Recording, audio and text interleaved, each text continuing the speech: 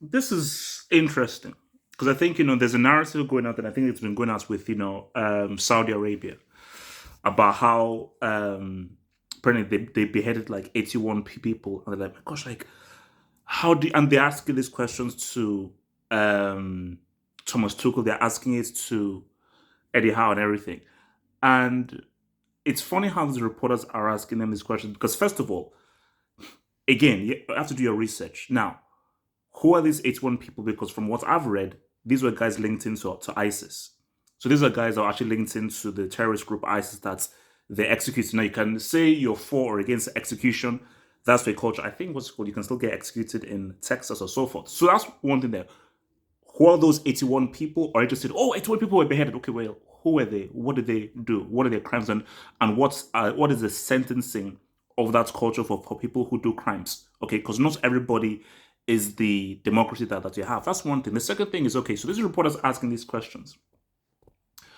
Are you now judge and jury? Are you now saints? Because do we want to look up the stuff that's happened in Iraq? I was reading an article that the International Crime Court found what the British soldiers did in Iraq was that they committed war crimes in Iraq from '03 to '09, I believe. And we all saw the footage from I've forgotten the name of the guy that was the American dude that was protecting them. But we saw how Americans were just treating what's it called, waterboarding, dragging prisoners along to the floor. We saw what's it called? I remember there was a they were trying to bomb a target, but they mistakenly bombed a wedding in Iraq. But they were so you have to understand who controls the media. The media isn't objective, it's subjective. So the media will show you like, oh, look at what's happening in Russia, what's happening in Africa, look at what's happening in South America, look at what's happening here. Do you think BBC, CNN, or any of these dudes are going to show you the crimes that America or the UK have done, all of them fully? No. Bro, I've worked for a news channel and so forth that I would say is much more objective. But I from working in a news channel, you know that the people who owns it, he is at the behest to that government dude or those people that say, yo, bro, I'm going to slide a little bit of stuff. Don't mention this, don't mention that because media is powerful. And most people in this world are sheep and they follow media. So media isn't objective.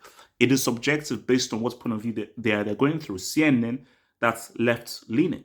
BBC, they have the people who they're leaning for their they have the people who they're leaning towards politically. So it's so crazy how people want to point the finger when it's like, no, point the finger at yourselves as well because everybody has committed crimes. Everybody.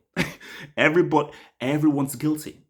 But please, just you have to understand, all because you're white and you're from the West and US and UK doesn't mean that you're a saint. Okay. So all because you don't hear of people's atrocities doesn't mean that you can't use these things called fingers or you can't use those things called legs and go to a library, go to a university and actually do research on like, wait, what are the things that the UK did to Africa? Colonialism. What are the kind of things that Europe did in the Congo? We already know what Holland did in South Africa. We know what America did to the American Indians, wiped out the whole race. What they keep on doing to blacks right now. So again, don't try and say, oh, look at how evil these people are because what the angels and saints, man. Everybody is guilty.